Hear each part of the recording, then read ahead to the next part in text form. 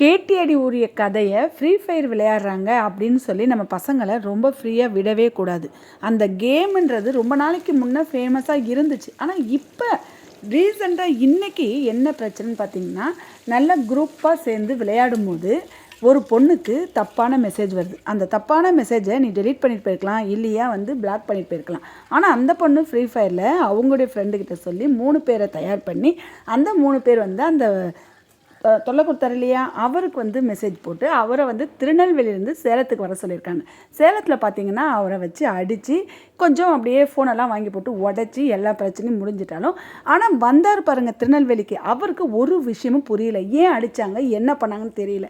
ஏன்னா அவருக்கு பொண்ணை பார்க்க தான் வந்தோமே, நம்ம ஏன் பசங்க அடிக்கிறாங்க அப்படின்றது அவருக்கு புரியலைன்னா ஃப்ரீ ஃபயரில் தான் நம்ம பொண்ணுக்கு மெசேஜ் போட்டோம். அந்த பொண்ணு இங்கே மாதிரி வாங்க சேலத்துக்கு வாங்கன்னு சொல்லியிருக்கு.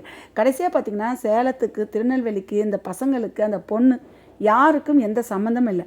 ஆனால் அடி வாங்கினவங்க அடி கொடுத்தவங்க என்ன ஊருன்னே தெரியாது. ஏன் பார்த்திங்கன்னா அவங்கவுங்க எல்லா அக்கௌண்ட்டுமே லாக் பண்ணிவிட்டு எல்லாருமே அவங்கவுங்க சைலண்ட்டாக போயிட்டாங்க. சிறுமி யாருன்னு பார்த்திங்கன்னா தெரியவே தெரியாதுங்க.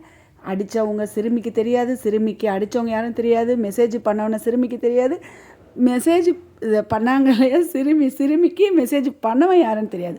ஆனால் தெரியாதவங்கள ஒரு விளையாட்டில் தெரிஞ்ச மாதிரி நம்ம விளையாண்டுட்டு கொண்டுட்டு இருக்கோம் இல்லையா, கொஞ்சம் குழப்பமாக தாங்க இருக்கும். எனக்குமே இந்த நியூஸை பார்க்கும்போது கொஞ்சம் குழம்பி தான் போனேன்.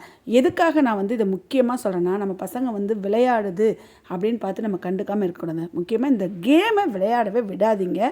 இந்த கேம் விளையாடுறதுனால பசங்களுடைய அதாவது அவங்க மூளை என்னன்னு பார்த்தீங்கன்னா ரொம்ப அப்செட் ஆகுதுங்க. அதில் பேசுகிற மாதிரியே பேசுகிறாங்க.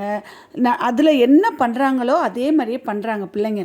ஏன்னா சின்ன குழந்தைங்களுக்கு என்ன தெரியும்? அடி வாங்கினவங்க மேலே கேஸு, அடி 3 பேர் கொடுத்தாங்களா அவங்க மேலே கேஸு. ஆனால் அந்த சின்ன பொண்ணு யாருன்னு தெரியல. தெரியாதவங்களுக்கு 4 பேர் பிரச்சனையில் மாட்டியிருக்காங்க. எதனாலனா இந்த கேமால். இந்த மாதிரி கேமை வெளிநாட்டு கேம் சொல்கிறாங்க. அந்த கேம் எதுக்கு விளையாடணும்? அதில் பார்த்திங்கன்னா வெட்டுனா வெட்டுறாங்க. அந்த குழந்தைங்களாம் பார்த்துச்சுன்னா, அந்த ஏற்கனவே ஒரு நியூஸில் பார்த்துருப்போம். இந்த மாதிரி இன்னொரு கேம் அது தடை பண்ணியிருக்காங்க. அந்த கேமால் சின்ன பையன் ஒரு 8-7 வயசு பையன் பிரச்சனையில் மாட்டினான். குழந்தை. இந்த விஷயத்துலேருந்து நீங்கள் என்ன புரிஞ்சுக்கிறீங்க அப்படின்றது எனக்கு தெரியல. என்னுடைய தனிப்பட்ட விஷயம் என்ன அப்படின்னு பார்த்தீங்கன்னா, எந்த குழந்தைங்களையுமே கேம் விளையாட விடாதீங்க. கேம் விளையாடும் போது பெற்றவங்க அந்த குழந்தைங்க கிட்ட நம்ம இங்கே போய் விளையாடலாம் வா அப்படின்னு சொல்லி பாசமாக அன்பாக கூப்பிட்டு ஃபோனை கொடுக்காத அளவுக்கு மைண்டை டைவர்ட் பண்ணுங்கள்.